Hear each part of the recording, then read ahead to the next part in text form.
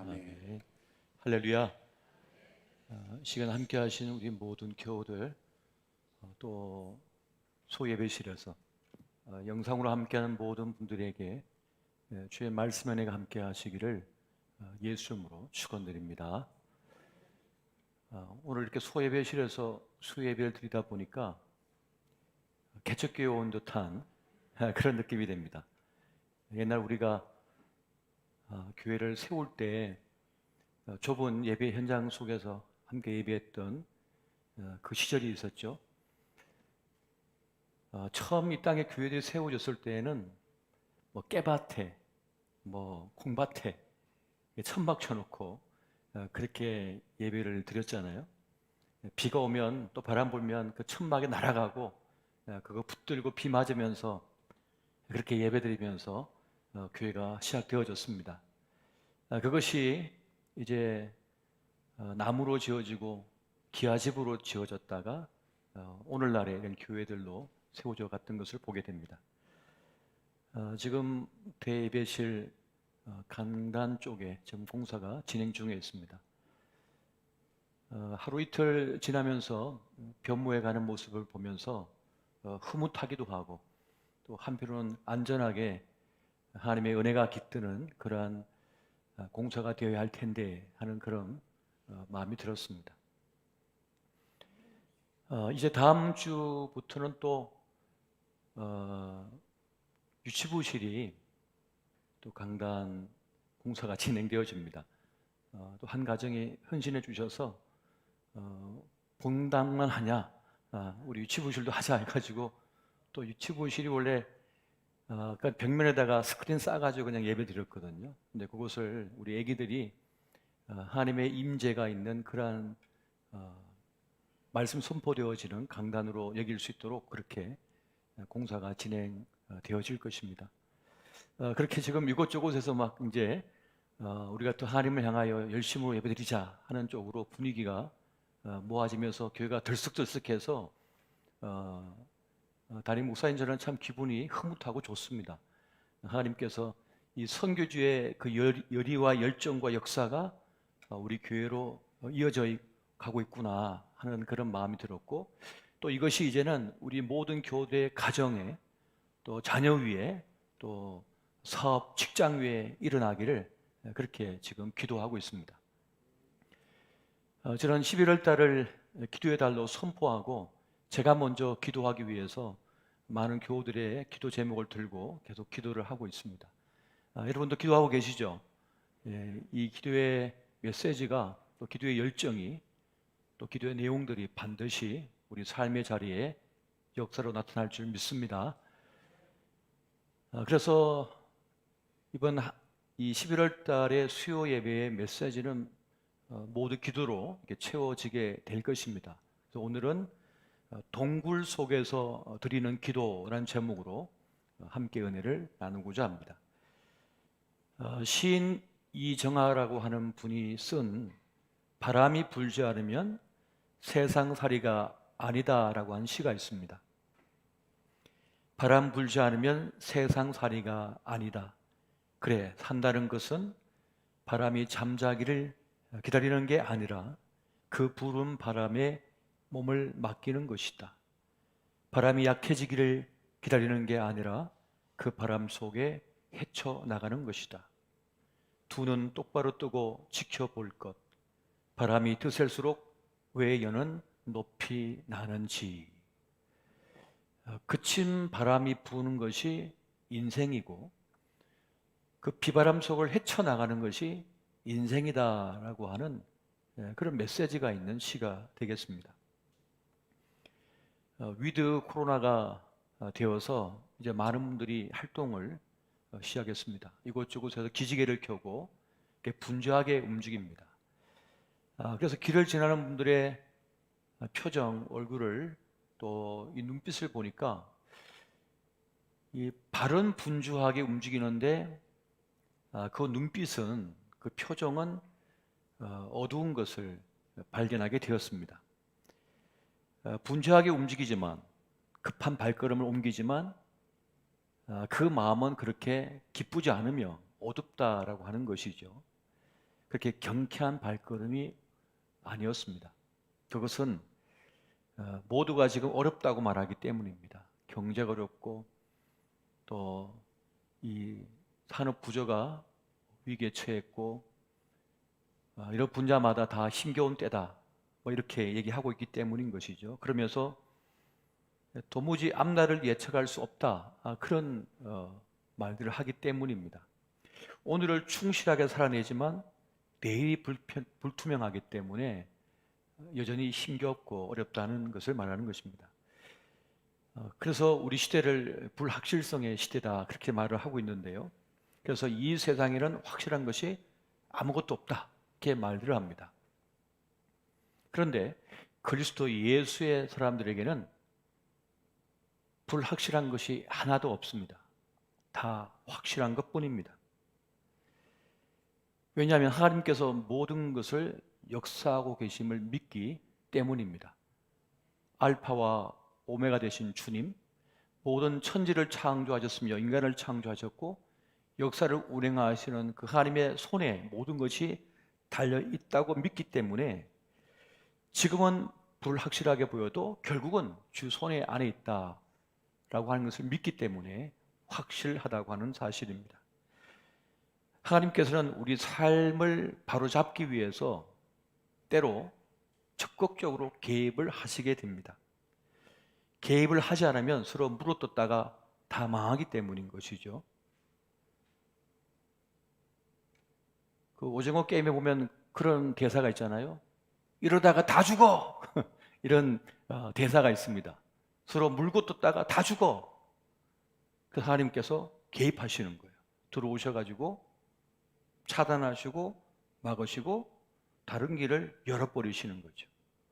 여러분, 댐을 계속 내버려 두면 거침없이 몰려오는 그 물결로 인하여 아무리 튼튼한 댐도 무너져 버립니다. 그때는 다른 길을 열어버려야 되거든요.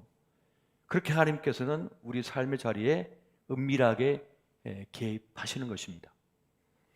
여러분, 누가 잘 사는 사람일까요? 남보다 더 많은 돈을 가졌고 더 높은 자리에 있었고 더 좋은 것을 누리기 때문에 잘 사는 것일까? 성경은 그렇게 말씀하지 않습니다. 하나님께서 우리에게 배분하여 주신 내 몫의 삶을 잘 사는 사람, 그 사람이 행복한 사람이라는 겁니다. 하나님께서 우리에게 품부해 주신 것, 원래 우리에게 주신 몫이 있어요. 그것을 잘 살아내는 사람이 잘 사는 사람, 행복한 사람이라는 것입니다. 이 사실을 깨닫지 못할 때가 많은데 그 이유는 무엇일까요? 그것은 하나님보다 크게 보이는 것들이 많기 때문에 그렇습니다. 하나님보다 더 대단해 보이는 것이 많다고 여기기 때문에 그렇습니다. 하나님께서는 우리에게 원래 주신 것들, 그 풍부해 주신 것들을 잘 누리며 살도록 하시기 위하여 개입하시고 지금 일하고 계시는 것입니다. 그런데 이 사실을 깨닫지 못한 이유는 하나님은 안 보이고 자꾸 다른 것이 내 인생의 운명을 좌지우지한다고 생각하기 때문에 그렇습니다. 내가 가진 이 등불이 너무 밝으면요, 이 천지를 비추고 있는 저 달빛이, 별빛이 안 보입니다. 내가 켜놓은 등불만 쳐다보고 있으면 이 천지를 밝히고 있는 저 태양볕을 깨닫지를 못하는 거예요. 그것처럼 내 눈에 보이는 것이 너무 크게 보이다 보니까, 중요하게 여기지다 보니까 정작 내 삶을 주관하고 계시고 보살피고 계시고 구원하여 주시는 하나님을 바라보지 못하여 나에게 품부하여 주신 것, 원래 나에게 주신 몫을 살지 못한 채 불나방처럼 엉뚱한 것을 쫓아가더라는 거예요. 하나님을 알고 나를 알면 내 인생을 험한데 낭비하지 않거든요. 엉뚱한 곳에 두지 않거든요. 그런데 하나님을 알고 나를 깨닫는 길이 어디 있느냐? 바로 기도에 있는 것입니다. 할렐루야. 우리가 기도할 때에 하나님을 깨닫게 되고 나를 깨닫게 되는 거예요. 내 삶이 무엇인지를 알게 되는 것입니다. 여러분, 예수님을 예수님 되게 한 것은 기도였습니다. 우리 예수님의 기도에 골방이 있었던 것이죠. 그래서 예수님은 분주한 일상을 사셨지만 항상 여전히 기도의 골방으로 들어가셔서 그 한적한 곳에서 기도를 하셨습니다. 그래서 예수님의 행적을 쫓아가 보면 항상 그곳은 어디냐? 한적한 기도의 시간, 기도의 자리가 있었다고 하는 사실입니다. 그렇게 예수님을 예수님 되게 한 것이 기도였다면 나를 나되게 하는 것도 바로 기도의 자리에 있음을 여러분 기억하시기 바랍니다. 그래서 하나님께서는 우리가 기도의 사람이 되기를 원하셔요. 기도의 사람이 되라고 말씀하시는 겁니다. 그래서 제가 한 해를 준비하는 기도의 자리에 들어가서 기도하고 나서 제 마음에 크게 감동을 주신 것이 무엇이었냐면 기도하게 하라, 기도하게 하라. 기도하게 해야 되는데 너부터 기도하라. 저보고 너부터 기도하라는 마음을 주시는 거예요. 그래서 저부터 우리 병상에 계신 우리 교우들, 또 우리 수험생들을 위한 기도를 계속 올려드리고 또 저에게 기도 제목을 주신 분들의 기도를 계속해서 지금 드리고 있는 것입니다. 그렇게 기도의 사람이 될 때 하나님을 알게 되고 나를 깨닫게 되며 내 삶의 자리를 깨닫고 제대로 살아갈 수가 있게 되어지는 것입니다. 여러분, 기도는 하나님의 능력이 나에게 부어지는 바로 그 자리가 되어집니다. 하나님의 능력이 나에게 임하는 자리가, 그 통로가 바로 기도의 자리인 것이죠. 그렇게 기도는 우리의 영혼을 주님의 마음에 연결시키게 되고, 그리고 말씀의 나를 가져가서 그 말씀의 나를 갈아요. 벼리는 것입니다. 숫돌에 낫을 갈듯이 말이죠. 벼리는 것처럼 그렇게 내 마음을 하나님께 가져가고 그 말씀에 벼림으로써 다시 살아나는 그런 역사를 경험하게 하는 것입니다. 그렇게 기도는 우리의 무너진 마음의 토대를 다시 쌓아버립니다. 살다 보면 이런저런 일을 겪어서 그만 살 맛이 안 날 때가 있어요. 삶의 용기, 존재 용기가 무너질 때가 있어요. 지금 일이 잘 되고 있고 괜찮은 것 같은데 어느 순간 내 심령 깊숙한 곳에서 두려움이 음습해 와가지고 그만 현관문을 못 열 힘이 없어져 버린 거예요. 사지 물정하고 새끼밥 다 먹었는데도 이 현관문을 못 열어야 두려워서 내 마음의 토대가 무너진 사람입니다. 사람을 못 만나요. 사람에게 말을 못 걸어요. 내 삶의 토대가 무너져 버리면, 내 마음의 토대가 무너져 버리면요. 그런데 기도할 때에 무너진 내 마음의 토대를 수리하게 되고, 그래서 존재의 용기를 얻게 하게 됩니다. 그리고 여러분, 기도는 하면 할수록 나를 자꾸만 주님께 비끌어매는 행위예요. 주님께 나를 비끌어매면, 꽉 묶어버리면 어떤 풍랑이 와도 바람이 와도 안 날아갑니다. 가까운 친구가 한 마리 툭 던졌는데 그 말 한마디가 나를 흔들어 놓아요. 행복한 줄 알았는데 나 불행한가? 이런 생각이 음습할 때가 있다는 거예요. 그런데 기도할 때 주님께 나를 비끌어매므로써 흔들리지 않고 넘어지지가 않는 것입니다. 안 떠내려갑니다. 어떤 때는 이유도 모르는 분노에 사로잡힐 때가 있어요. 갑자기 분노가 확 치밀어 올라. 걷잡을 수 없을 때가 있어요. 원래 착한 사람이고 말도 조심조심한 사람인데 어느 순간 확 불이 타버려요. 그럼 그 불을 어떻게 끕니까? 기도할 때 그 불을 꺼트려 버려요. 그래서 내 마음을 다시 안정을 시키고 살아갈 수 있게 만드는 것입니다. 기도하지 않으면 남의 장단에 춤추는 사람이 됩니다. 우리는 하나님의 장단에 춤추는 사람이 돼야지 다른 사람의 말이나 행동에 장단 맞추며 사는 인생 될 필요가 없습니다. 내 몫의 인생, 내 몫의 삶이 있기 때문에 그렇습니다. 그렇게 기도의 골방은 오롯이 하나님을 만나고 대면하여 만나는 그런 시간이 되어지는 것입니다. 여러분, 기도하면요, 주님은 우리의 필요한 것도 채워주시지만 더 중요한 걸 주셔요. 하나님 자신을 우리에게 주십니다. 예수 그리스도께서 자신을 우리에게 주시기 위하여 이 땅에 오셨잖아요. 그 십자가에 자신을 바쳐버리셨잖아요. 그것처럼 우리가 기도하면 하나님께서 우리의 필요한 것들을 채워주실 뿐만 아니라 더 중요한 것, 자신을 우리에게 주어버리십니다. 그래서 기도가 그렇게 놀라운 것입니다. 레너드 레버 힐이라고 하는 분이 이렇게 말을 했어요. 하나님은 언제나 하나님께 선택권을 넘겨드리는 사람들에게 그분의 최선을 주신다. 기도라고 하는 것은 내 삶의 주도권을 주님 앞에 넘겨드리는 행위입니다. 내가 모든 걸 판단할 수 있고요. 내가 모든 결정할 수 있어요. 그리고 내가 다 모든 걸 책임질 수 있어요. 그런데 이 판단과 결정과 모든 책임, 모든 길을 주님 앞에 넘겨드리는 것이 바로 기도라고 하는 것입니다. 그때 주님은 가장 좋은 곳으로 나에게 응답하여 주신다는 것입니다. 할렐루야. 그럼 여러분, 그러므로 기도의 사람이 되십시오. 기도의 골방을 여러분 만드셔야 되는 것입니다. 자, 그렇게 하나님께서는 우리가 기도의 사람이 되기를 원하십니다. 그런데 우리가 성경을 살펴보게 되면요, 성경에 등장하는 대부분의 기도가 두 가지로 나뉘어요. 기쁨과 감사로 드리는 기도가 있고 절망과 아픔 속에 호소하는 기도가 있어요. 부르짖는 기도들이 있습니다. 그런데 대부분이 어디서 출발하냐면 고난 속에 드려진 기도였다는 것입니다. 철저하게 고난의 현장 속에서 자신의 한계를 경험한 분들이 그 한계 속에서 하나님을 향하여 부르짖는 기도들입니다.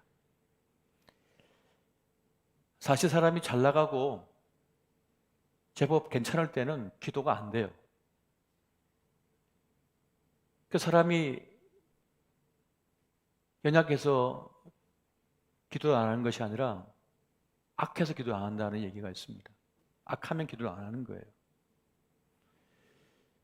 교만하고 자만하기 때문에 기도가 안 됩니다. 그런데 그 교만과 자만이 고난의 시간을 통하여 꺾어져 버리거든요. 그때 기도가 되기 시작하는 것입니다.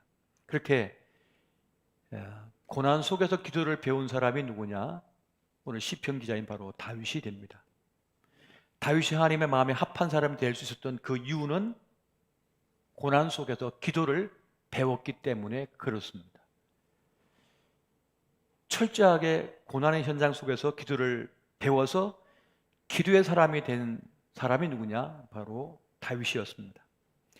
하나님께서는 다윗이 기름 부어 왕으로 세우고자 하셨는데 왕궁으로 먼저 보내지 않고 동굴로 보내셨어요. 고난의 자리로 보내신 것이었습니다.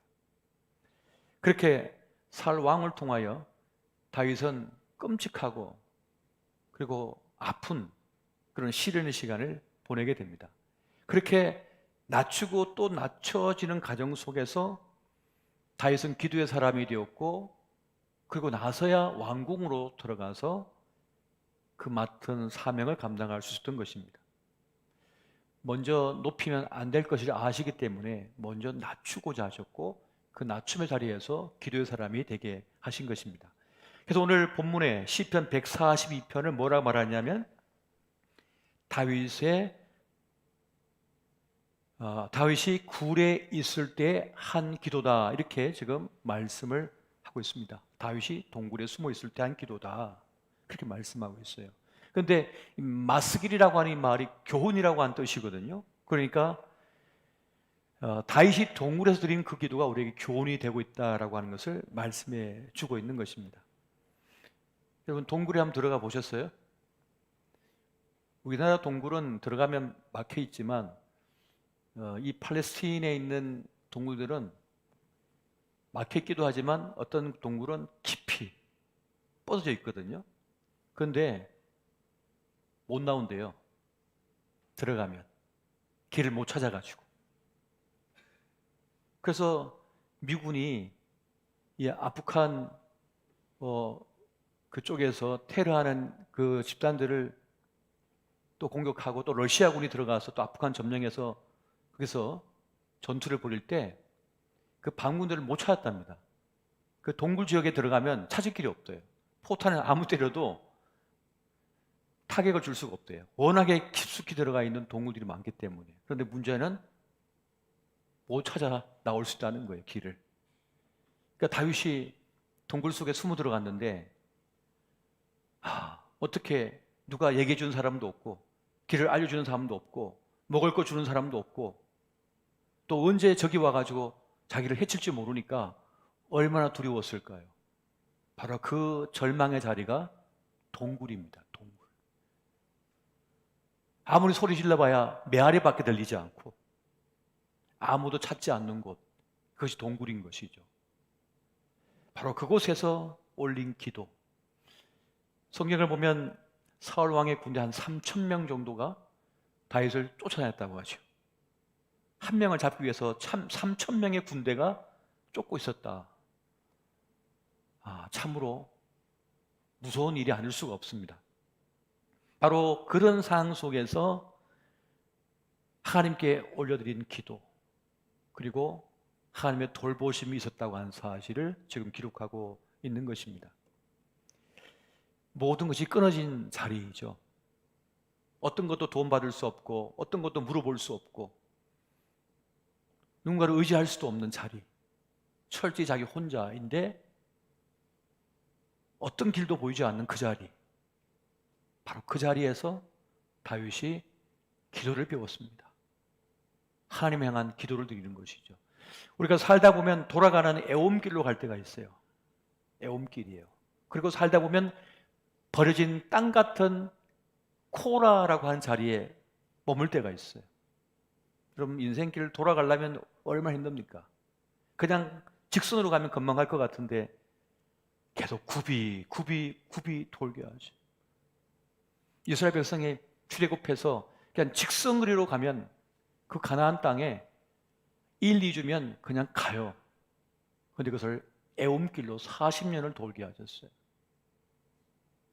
그렇게 하나님의 사람으로 훈련시키고 준비시킨 것이죠. 그리고 코라, 버려진 땅 같은 자리에 처할 때가 있어요. 아무도 안 찾아요. 누구도 전화 안 해줘요. 누구도 힘들지 물어보지 않아요. 일주일이 됐는데 일주일 내내 아무도 전화 안 해주네, 나한테. 나를 찾는 사람이 없어. 차 한잔하자, 밥 한 끼 먹자 하는 사람이 없어요. 버려진 인생 같은 그 자리, 코라라고 한 자리죠. 바로 그 자리에서 다윗은 전적으로 하나님을 바라보며 구하는 기도의 사람이 되었습니다. 하나님의 위로가 그에게 임하였고 하나님의 임재가 그에게 있었습니다. 바로 그 자리에서 다윗은 하나님만 바라보는 전적인 기도의 사람이 될 수가 있었던 것입니다. 이번 한 달 동안 여러분 기도를 선포하고 기도의 자리에 나갔는데 기도가 잘 안 되는 분이 계실 거예요. 기도가 잘 안 돼요. 기도는 하나님 앞에 나를 엎드리게 하는 것이거든요.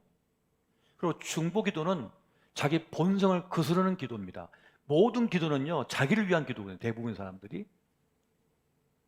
사람의 이기적인 욕망과 자신만을 추구하기 때문에 그 본능이 그런 거예요.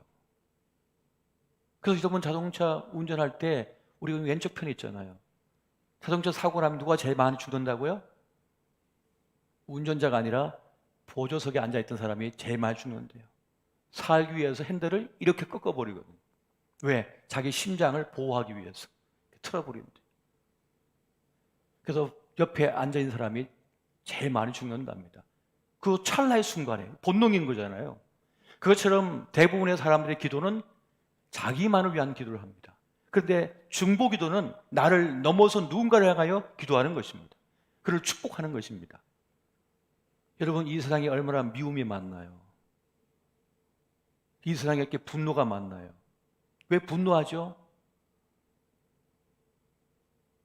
자기 결핍을 안 채워주니까, 자기를 아껴주지 않으니까, 자기를 사랑해주지 않고 인정해주지 않으니까 모든 사람이 지금 분노하는 거예요. 나 이렇게 소중한 나인데 왜 나를 아껴주지 않는 거야? 나를 위해주지 않는 거야? 나를 보살펴주지 않는 거야? 나를 인정해주지 않는 거야? 사랑해주지 않는 거야? 라고 하는 것 때문에 다 분노하는 거예요. 지금 다 분노하고 있는 거예요. 그런데 중보 기도는 나를 위한 게 아니라 누군가를 위하여 지금 기도해야 하는 거예요. 하살 기도를 쏘고 있는 거예요. 그를 위해서, 그를 축복해달라고. 그런데 그 중보 기도가 위대한 기도라는 것입니다. 위대한 기도라는 것이에요. 그 나라와 그 일을 구하라. 그리하면 이 모든 것을 너에게 더해 주시리라고 말씀하셨거든요. 도리어 남을 위하여 축복하며 기도했는데 그것으로 끝나지 않고 하나님의 은혜가 나에게 임하더라는 거죠. 이것이 하나님께서 말씀하시는 기도의 신비인 것입니다. 할렐루야. 이번 이 11월 달을 여러분 이 중보 기도 통해서 기도의 신비를 한번 경험해 보십시오. 누군가를 축복해 보십시오. 그런데 사단은 우리의 기도를 방해합니다. 그 기도 못하게 만듭니다. 사랑하고 축복하는 게 아니라 미워하게 만들어요. 질투하게 만들어요. 그 사람을 축복하지 못하게 만들어요. 자꾸만 자기 자신을 보게 만들거든요. 내가 지금 죽게 생겼는데 누굴 위해 기도하냐? 누굴 좋아하냐? 내가 먼저인데 사단이가 와서 계속 방해하는 거예요. 우리 주님께서는 십자가 지시기 위해 이 땅에 오셨고 그래서 40일 금식 기도하셨어요. 이건 자신을 위한 게 아니라 기도가 아니라 이 세상의 모든 영혼들을 구원하기 위하여 오신 거 아닙니까? 그런데 사단이가 와서 뭐합니까? 내가 영광 줄게, 내가 명성 줄게, 그 길 가지 마 라고 방해를 했잖아요. 마찬가지로 이 11월 달 여러분 사단은 여러분의 기도를 방해합니다. 기도를 못하게 만들어요. 방해합니다. 그런데 그걸 이겨낼 수가 있어야 되는 거예요. 지금 우리 교회의 모든 성도를 삶의 자리마다 그런 영적 전쟁이 지금 일어나고 있을 것입니다. 여러분, 엘리야는 바알과 아스라 선지자 850명과 싸워 이겨낸 사람 아닙니까? 그런데 분명히 이겼음에도 불구하고 세상은 여전히 악으로 가득하고 이세벨과 같은 여자는 더 독하게 엘리야를 죽이겠다고 엄포를 냅니다. 분명 하나님의 역사가 크게 일어났거든요. 부흥의 역사가 일어났거든요. 그런데 여전히 세상은 악해요. 변화가 없어요. 그러니까 엘리야가 덜컥 좌절에 빠져버렸어요. 이게 무슨 소용인가? 하나님 능력이 분명히 나타났지만 여전히 세상은 악한 거예요. 여전히 백성들은 죄 속에 있는 거예요. 그러니까 지쳐버렸어요. 탈진해버렸어요. 그래서 그가 로뎀나무 아래에서 죽기를 주님께 구하였지요. 바로 그 자리에서.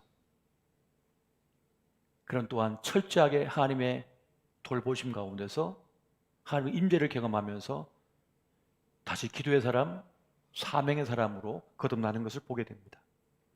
모세는 애굽의 왕자에서 한순간에 광야를 떠도는 순례자가 되었고 그런 마른 지팡이 같은 인생이 되고 말았습니다.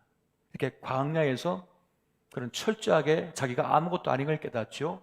그런데 그곳에서 떨기나무에 임하신 하나님을 경험하게 되고 그리고 하나님께서 역사하시는 은혜를 부르심을 경험하면서 그는 하나님의 사명을 감당하는 일꾼으로 거듭나게 되는 것을 보게 됩니다.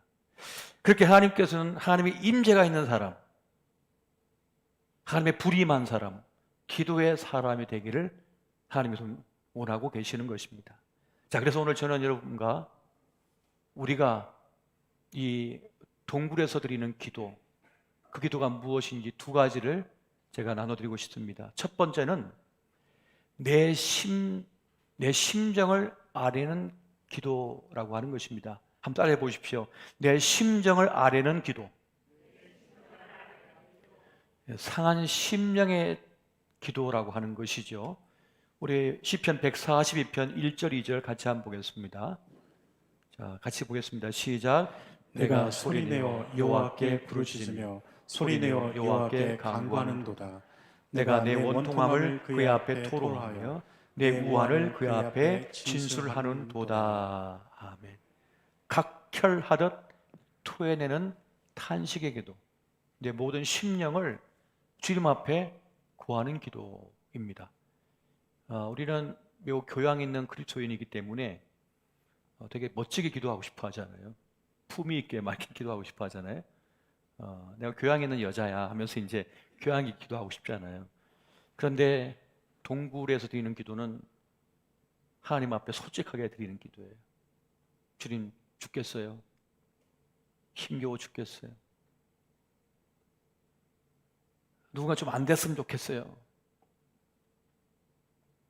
뒤로 넘어져서 코가 깨졌으면 좋겠어요. 뭐 이렇게 그런 상한 심령 기도를 주님 앞에 드리는 거죠. 그런 기도를 대표적으로 누가 했냐면 다윗이 했고, 그리고 또 한 명이 더 있습니다. 한나입니다. 사무엘상 1장 15절 보니까 이렇게 말씀해요. 한나가 대답하여 이르되 내 주여 그렇지 아니하니이다. 나는 마음이 슬픈 여자라 포도주나 독주를 마신 것이 아니요 요 앞에 내 심정을 통한 것 뿐이오니, 내가 토하여 기도한 것 뿐이다라고 지금 말씀하고 있는 것입니다. 푸어 아웃이란 말인데 자기 마음을 가져다가 다 부어놨다, 쏟아놨다는 것이 주님께. 내 마음을 다 쏟아부었다. 내 무너진 마음, 절박한 내 마음, 간절한 마음을 주님 앞에 다 쏟아버렸다. 그런데 많은 분들이 하나님께 쏟아놔야 되는데 엉뚱한 곳에 쏟아놨네. 엉뚱한 곳에 쏟아놔요. 주님 앞에 나가서 주님께 쏟아놔야 되거든요. 여러분, 기도는 오묘하면서도 매우 단순한 것이 기도입니다. 그래서 기도는 유아들도 할 수가 있는 거예요. 유치부 애들도 할 수 있는 게 바로 기도입니다. 근데 기도는 무엇으로도 표현할 수 없는 매우 오묘하고 신비한 것이 되어집니다. 왜냐하면 그 기도가 하나님을 모셔오거든요. 하나님을 일하시게 만드는 것이거든요. 그래서 여러분, 기도를 대신할 수 있는 것은 이 세상에 없습니다. 그래서 우리 예수님께서도 40일 금식 기도하신 거예요. 십자가 지기 전에도 기도하신 거예요. 오병이어 기적 행하실 때도 기도하신 거예요. 기도는 그렇게 역사를 만들어내는 것입니다. 사단이는 자꾸 우리 기도를 방해하기 위해서 엉뚱한 생각, 허무한 생각, 머리를 복잡하게 만들지요. 기도해서 무슨 소용이 있겠나, 그렇게 흔들어 놔요. 근데 기도해야만 그 슬픔에서 벗어날 수가 있고, 두려움에서 벗어날 수 있고, 분노에서 벗어날 수 있고, 올바른 판단을 할 수 있어요. 기도해야만. 기도하지 않으면 휩쓸려 가버립니다. 기도하지 않으면 엉뚱한 자리에 서 있는 거예요. 우리 시대의 교회는 지금 많은 위기를 겪고 있는데, 수많은 위기 속에 가장 중요한 위기는 기도의 위기라 할 수 있습니다. 기도가 무너져 버린 거예요. 지금 교회마다 기도가 무너져 버렸어요. 기도 안 해도 잘 되는 것 같거든요. 기도 안 해도 충분한 것 같거든요. 그런데 성경 어디를 찾아봐도 다 기도했어요. 기도가 없는 곳이 없어요. 모든 것이 기도였단 말입니다. 우리가 교회 이래저래 훈수로 두는 일이 많습니다. 그런데 중보기도한 사람 찾기가 어려워요. 영적 전쟁을 치르며 기도하는 사람이 있을 때 교회는 역동적이고 살아있을 수가 있는 것입니다. 기도하지 않으면 아무리 탁월한 또 건강한 교회였어도 한순간에 무너져 버릴 수가 있는 것입니다. 교회는 세상적인 수단과 방법으로 이성과 세상의 지혜로 되는 것이 아니라 기도로 되는 것이죠. 그래서 반드시 기도가 필요한 것입니다. 자, 오늘 말씀 보니까 그 동굴 속에 드리는 기도 속에서 뭐가 있습니까? 내가 소리내어 라고 말씀합니다. 내가 소리내어, 내 목소리 있게 부르짖어 라고 말씀하고 있는 거예요. 제가 조금 피곤하면 몸이 안 좋아지는 데가 딱 두 군데가 있는데 무릎하고 목소리예요. 그 이유가 뭐냐면 기도할 때 무릎 꿇어 기도했기 때문이고, 기도할 때 통성을 기도했기 때문에 그래요. 제가 통성 기도를 좋아하잖아요. 한 번은 우리 원래 목사님 그런 말씀하시고, 우리 교회에는 주여 삼청하는 목사가 있다. 저보고 한 얘기죠. 부르짖어 기도를 왜 이렇게 많이 했냐면, 기도하면 왜 이렇게 졸린지, 피곤하면 졸리잖아요. 그 기도하다 보면 옆에 사람 자꾸 소리가 들려. 산기도 갔을 때로 그냥 소리 질러 기도하면서 하면 딴 데 안 힘쓸리고 집중할 수 있으니까요. 그렇게 1시간, 2시간, 3시간 반 그렇게 무릎 꿇고 기도하다 보니까 무릎이 안 좋아요, 제가. 그래서 내려갈 때 보면 자꾸 무릎에 딱딱 소리가 나는 거예요. 그래서 군의관한테 그 얘기 한번 했더니 저에게 군의관 집사님이 저에게 무릎을 많이 꿇으면 이 무릎에 연골이나 이것이 많이 손상돼서 안 좋습니다. 그래서 한 번은 후배 목사가 저에게 기도의자를 사보라고 그런 거예요. 자기 살 쓰고 있다고. 근데 기도의자를 써보니까 이게 무릎 꿇은 것 같지가 않은 거예요. 이건 뭐 무릎 꿇었는지 의자에 앉았는지 무릎 꿇은 게 아닌 것 같아서 아니야 이거 하고 그냥 저희 집에 지금 놀고 있는 기도의자가 하나 있습니다. 그걸 안 쓰거든요, 제가. 그런데 그 기도, 그 무릎 꿇음, 그 부르짖음, 오늘 다윗이 그렇게 주님 앞에 처절하게 부르짖어 기도했던 것입니다. 그리고 내 원통함을 토로하여라고 말씀합니다. 자기 아픔을 낱낱이 주님 앞에 다 고했다는 거예요. 주님께서 들으시고 다윗의 마음을 어루만지신 거죠. 돌보신 것이죠. 그래서 그 슬픔에서, 그 원통함에서 벗어날 수가 있었습니다. 여러분, 원통함을 안 풀면 어떻게 되죠? 자기를 찔러버려요. 그걸 토해내지 않으면 독이 됩니다. 그것이. 그걸 주님께 토해냈기 때문에, 그 독을 뽑아냈기 때문에 그 원통함에서 살아남을 수가 있었던 거예요. 근데 그걸 그대로 감고 있으면 어떻게 되죠? 다 암이 되죠. 몸속에. 이 몸이 다 썩어 들어가는 거예요. 심령의 고통은 뭐죠? 뼈를 썩게 만들죠. 녹여버리는 거예요. 그런데 그걸 다 토해낸 거예요. 주님께 다 토해냈어요. 그래서 그 슬픔, 아픔, 원통함에서, 그 슬픔에서 벗어날 수가 있었던 것입니다. 할렐루야. 그래서 너무 슬프고 너무 힘들면 집에서도 골방에 들어가서 소리질러 기도하십시오. 주여, 주여, 제가 억울합니다, 원통합니다, 아픕니다, 고통스럽습니다 하고 토해내셔야 돼요.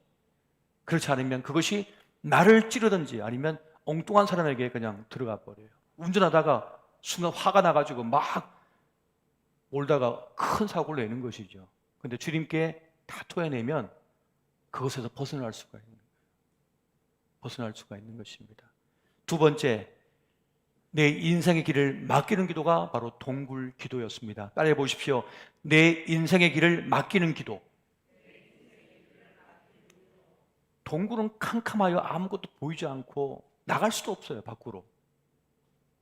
지금 동굴 속에 갇혀 있는데 밖이 어떻게 지금 진행되고 있는지 알 길이 없잖아요. 좀 비가 오는지 눈이 오는지 좀 대적의 앞에 있는지 없는지 알 수가 없어. 가만히 숨어 있어야 되거든요. 그리고 내 인생이 앞으로 어떻게 펼쳐질지도 몰라. 그런데 그 동굴 속에서, 그런 기도 속에서 내 인생의 길을 하나님께 맡깁니다. 의탁하는 것입니다. 시편 142편 3절 말씀 같이 한번 보겠습니다. 같이 봅니다. 시작. 내 영이 내 속에서 상할 때에도 주께서 내 길을 아셨나이다. 내가 가는 길에 그들이 나를 잡으려고 올무를 숨겼나이다. 아멘.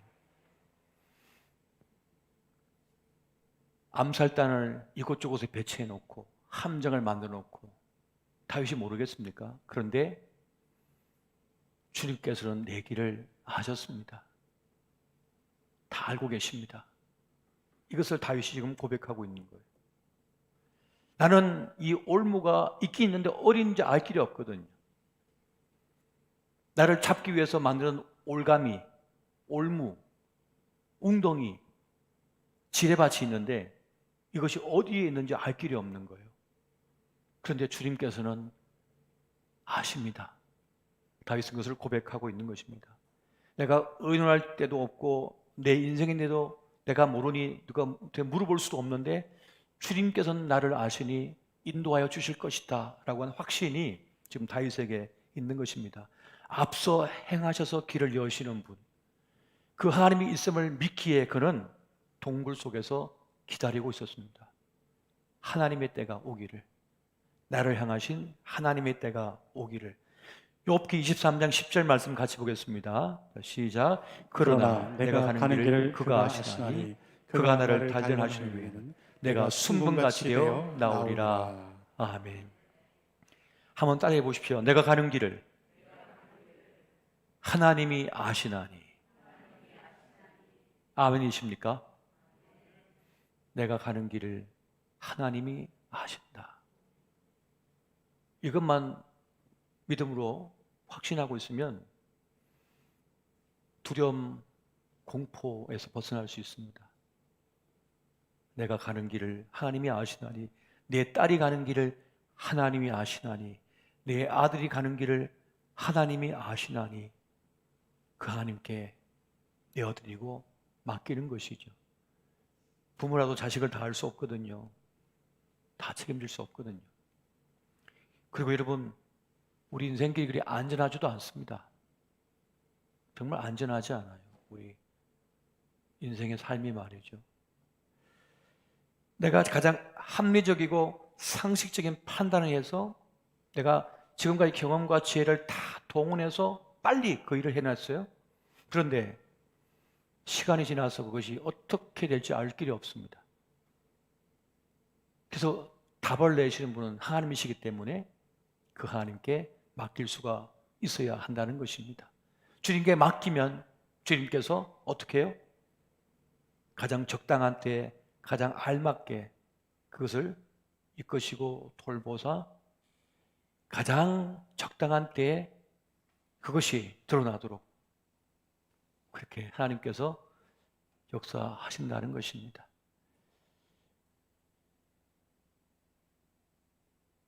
제가 농부의 아들도 아버지 따라서 씨앗을 뿌리고 이런 걸 참 많이 해봤는데 어떤 때는요 이게 싹이 금방 안 날 때가 있어요. 분명히 예년에는 이 정도면 싹이 났는데 안 나서 이게 끝났나? 갈아엎어야 되는가? 이게 안 나면 어떻게 해? 갈아엎어가지고 다른 걸 심어야 되잖아요. 근데 기다려보자. 올해는 작년보다 바람도 부는 게 다르고 날씨도 좀 수상하니 기다려봐야 될 것 같다. 근데 몇 날이 지나니까 바람결이 따뜻하게 불더니 뭐가 날아오르, 싹이 파랗게 오르라오는 거예요. 순식간에. 이렇게 다 할 수 없는 거죠. 이 오묘한 조화는 말이죠. 그것처럼 알 길이 없지만 하나님은 아셔서 내가 잊어버렸는데 내가 놓친 것 같은데도 주님께서 그렇게 이끌어 주시더라. 다윗은 그것에 대한 확신을 가졌기에 동굴에서 버틸 수가 있었습니다. 견딜 수가 있었습니다. 그리고 그가 꿈꾸지 않은 것을 하나님께서는 꿈꾸게 해주셨고 존귀한 자리에 설 수 있었던 것입니다. 할렐루야. 그러면 여러분 기도에 대한 확신을 가지십시오. 제가 좋아하는 구절이 있습니다. 예레미야 33장 2절과 3절 말씀 같이 한번 보겠습니다. 자, 시작. 이를 행하시는 여호와, 그것을 만들며 성취하시는 여호와, 그의 이름은 여호와라 하는 이가 이와 같이 이르시도다. 너는 내게 부르시더라. 내가 내게 응답하겠고 내가 알지 못하는 크고 은밀한 일을 내게 보이리라. 아멘. 아멘. 우리가 알지 못하는 은밀한 일을 주님께서 보여줄 것이다 말씀하십니다. 그리고 그래서 주님께서 내게 부르짖어라. 딴 데 가서 부르짖지 말고 나에게 와서 부르짖어라 라고 말씀하시는 것입니다. 그러므로 오직 주님께 다윗이 동굴 속에서 부르짖듯 그렇게 주님께 부르짖어 보십시오. 하나님께서 이 11월 달에 큰 역사로 함께하여 주실 것입니다. 이 은혜가 함께 하시기를 예수 이름으로 축원드립니다. 우리 이 시간 함께 잠시 기도하겠습니다. 내가 지금 동굴 속에 있다. 내가 고난 속에 있다.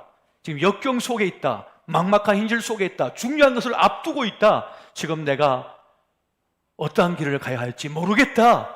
그렇다면 지금 동굴 속에 있는 것입니다. 이 시간 다윗과 같이 주 이름 앞에 주의 이름을 크게 부르짖으며 이 시간 내 심정이, 내 마음이, 내 심사가 그렇게 간구하는 하나님을 향한 그 기도를 이 시간 다 함께 올려드리기를 원합니다.